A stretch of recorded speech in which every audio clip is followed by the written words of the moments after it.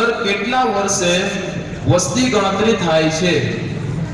ભારતમાં દર કેટલા વર્ષે વસ્તી ગણતરી થાય છે?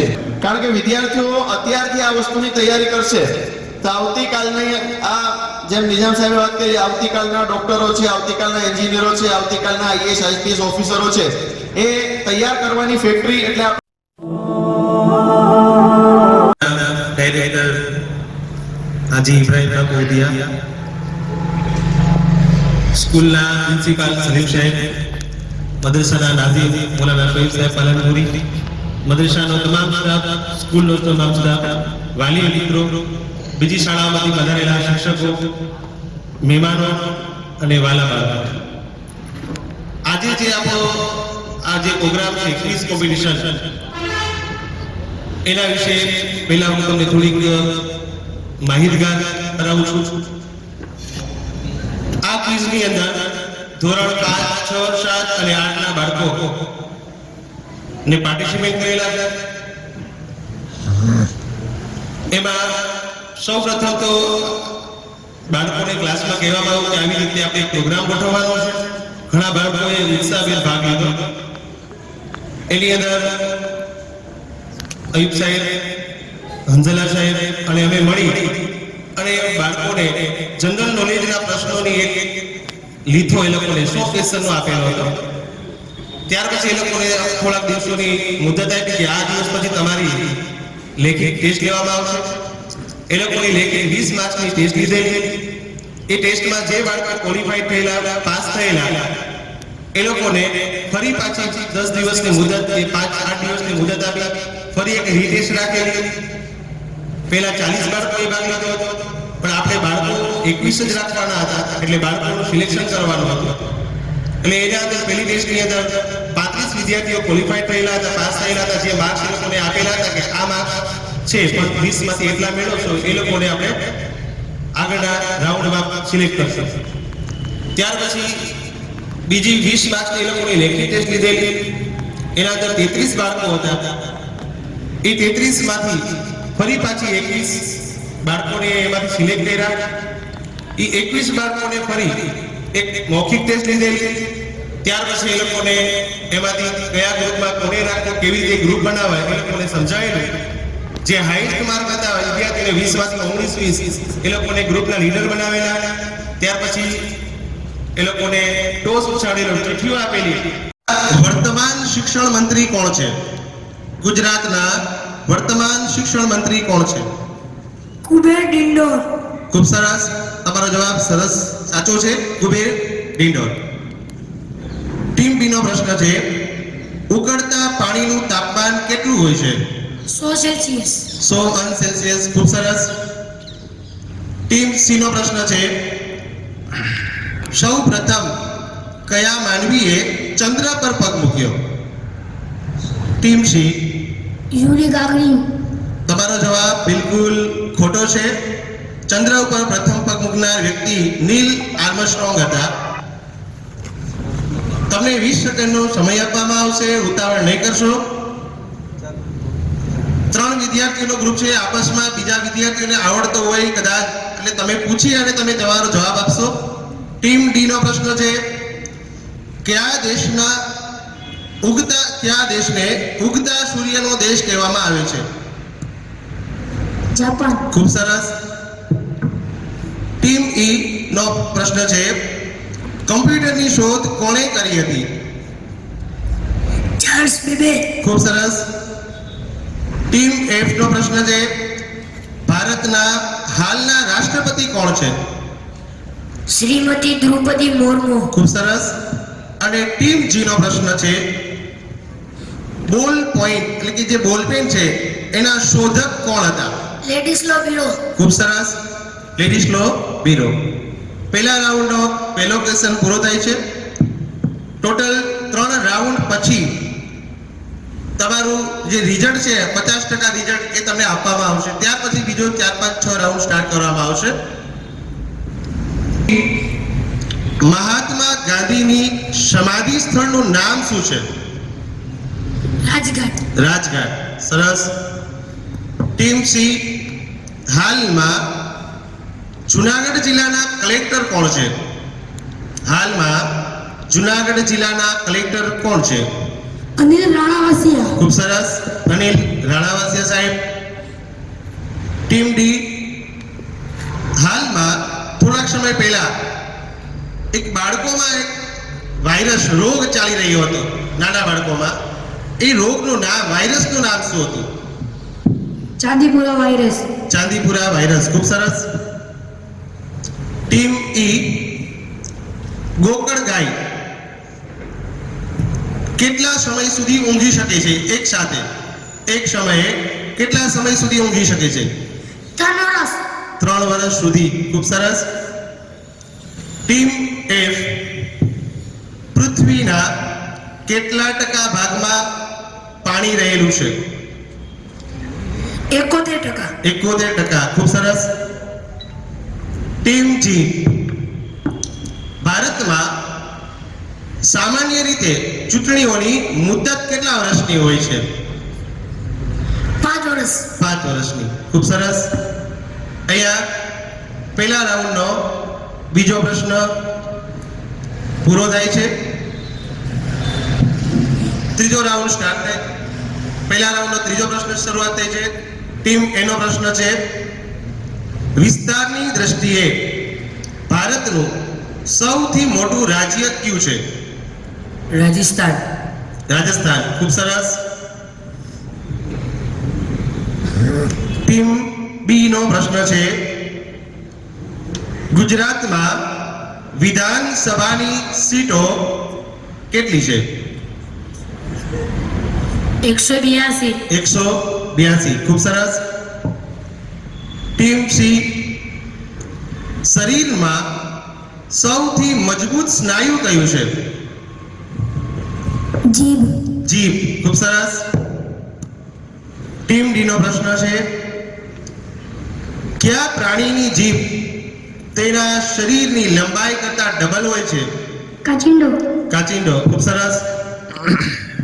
ટીમ ઈ, કયા ડોક્ટર બાળ રોગોનો, એટલે કે નાના બાળકો હોય એના રોગોનું નિદાન અને સારવાર કરે છે? પીડિયાટ્રિશિયન. પીડિયાટ્રિશિયન. ખૂબ સરસ. ટીમ એફ, ગુજરાત રાજ્યની સ્થાપના ક્યારે કરવામાં આવી? પૂરો જવાબ. 1 મે 1960 માં. 1 મે 1960 ખૂબ સરસ. ટીમ જી નો ત્રીજો અને પહેલા રાઉન્ડનો ત્રીજો પ્રશ્ન, છેલ્લો પ્રશ્ન છે, દિરહમ એ કયા દેશનું ચલણી નાણું છે? અબુધાબી. અબુધાબી. ખૂબ સરસ. અહીંયા ટીમ 15 કરોડ કિલોમીટર છે. 15 કરોડ કિલોમીટર. ટીમ ઈનો પ્રશ્ન છે, સૂર્ય એ પૃથ્વી કરતા કેટલા ગણો મોટો છે? સૂર્ય એ પૃથ્વી કરતા કેટલા ગણો મોટો છે? 13 લાખ ગણો. 13 લાખ ગણો. ખૂબ સરસ. એના પછીનો ટીમનો ક્વેશ્ચન છે,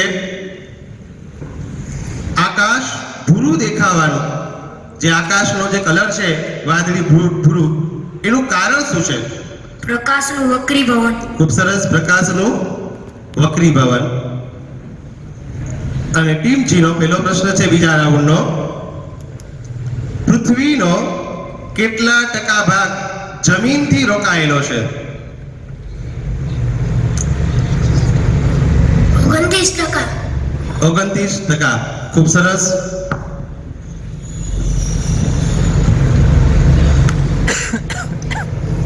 બીજા રાઉન્ડનો બીજો પ્રશ્ન આપણા પ્રિન્સિપાલ સાહેબ સલીમ સાહેબ બાળકોને પ્રશ્ન પૂછશે એનો.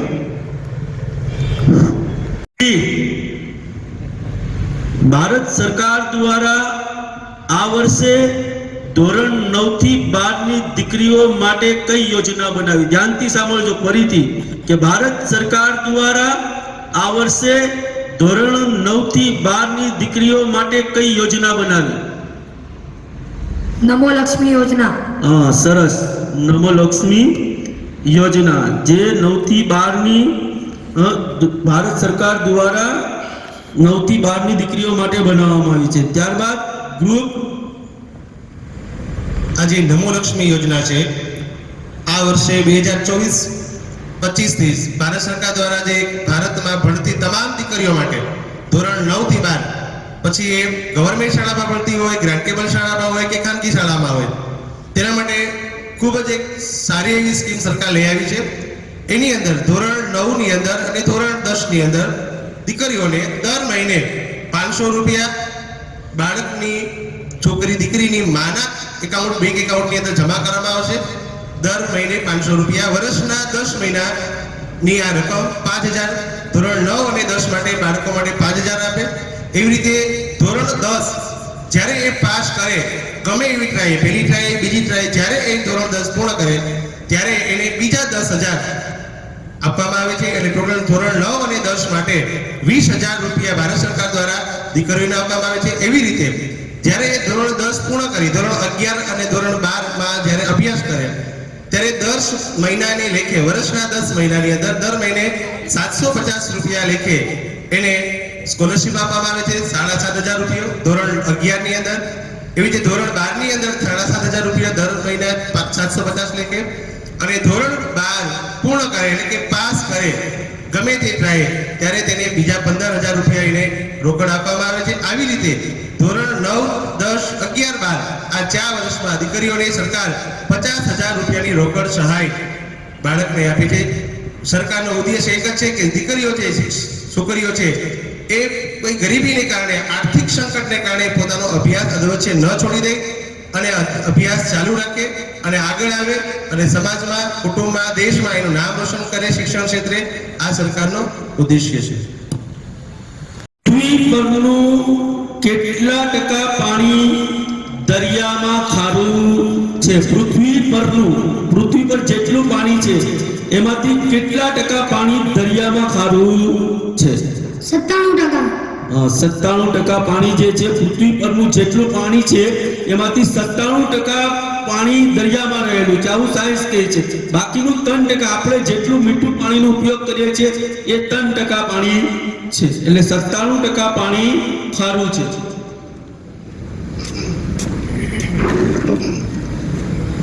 બચાવવા માટે એવું કીધું હતું અને જનરલ ડાયરે અંગ્રેજ સરકારના સામે પોતાના બચાવ માટે એવું કીધું હતું કે ભાઈ પઠાણો ભાગ્યા ને એટલે અમે ગોળી મારી, પઠાણો ભાગ્યા એટલે અમે ગોળી મારી. ત્યારે ખાન અબ્દુલ ગફ્ફાર ખાને એવું કીધું કે ભાઈ જેટલી પણ ડેડ બોડીઓ છે ને પઠાણોની, એની તમે એ ડેડ બોડીઓનો પીએમ કરાવી લ્યો. એક પણ પઠાણની પીઠ ઉપર ગોળી મળે ને, એક પણ પઠાણની પીઠ ઉપર ગોળી મળે તો અમે આઝાદીની લડતમાંથી ખસી જશું, અમે આઝાદીની લડતમાંથી ખસી જશું. એક પણ મુસલમાન અમે આઝાદીની લડતમાં નહીં રહીએ. ત્યારે 77 લાશો પઠાણોની હતી અને એનું પીએમ કરવામાં આવ્યું. એક પણ પઠાણની પીઠ પર ગોળી નહોતી, બધાની છાતીઓ પર ગોળી હતી. એ ખાન અબ્દુલ ગફ્ફાર ખાન પઠાણ એ હતા જેને સરહદના ગાંધી કહેવાતા હતા. જેને શું કહેવાતા હતા? સરહદના ગાંધી કહેવાતા હતા. 7 ફેબ્રુઆરી ટીમ જીનો ક્વેશ્ચન છે, ભારતનું રાષ્ટ્રીય જળચર પ્રાણી કયું છે? ભારતનું રાષ્ટ્રીય જળચર પ્રાણી એ કિલોમીટર સુધી જોઈ શકે છે? આરામથી જોઈને વિચારીને સમજીને જવાબ આપજો. 20 સેકન્ડ છે તમારી પાસે. 4.8 કિમી. Very good. એમના પછી ગ્રુપ ડી. પહેલો પ્રશ્ન છે, માનવ શરીરમાં સરેરાશ કેટલા લીટર રુધિર yani લોહી હોય છે? 5 લીટર. 5 લીટર. ખૂબ સરસ. ગ્રુપ ઈ. પહેલો પ્રશ્ન છે, ભારતમાં દર કેટલા વર્ષે વસ્તી ગણતરી થાય છે? ભારતમાં દર કેટલા વર્ષે વસ્તી ગણતરી થાય છે? 10 વર્ષ. Very good.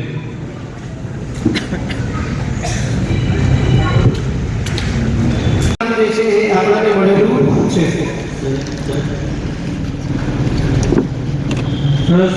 હું આમંત્રણ કરું છું શાહમુદા સ્ટેશન બંને નાક મહેસૂસ થાય છે, પરંતુ દારૂલ હિજાઝ યતામા દ્વારા આ જે પહેલ કરવામાં આવી છે એને હું તહે દિલથી બિરદાવું છું. કારણ કે આવનારો જે સમય છે, આજે આપણે જોઈએ છે કે મોટાભાગની સ્પર્ધાત્મક પરીક્ષાઓ છે તેમાં આ જે જનરલ નોલેજ છે એ ખૂબ જ કામની વસ્તુ છે. આપણે જેમ નિજામ સરે વાત કરી, યુપીએસસી, જીપીએસસી અને જેટલી પણ ભરતીની પરીક્ષાઓ આવે છે તેમાં જનરલ નોલેજ જ મહત્વનું છે. એટલે દારૂલ હિજાઝ યતામા દ્વારા આ જે કોમ્પિટિશન રાખવામાં આવે છે એ બાબતે હું મદ્રેસાના મેનેજમેન્ટ અને સ્કૂલના તમામ શિક્ષકોનો હું ખૂબ જ અભિનંદન પાઠવું છું.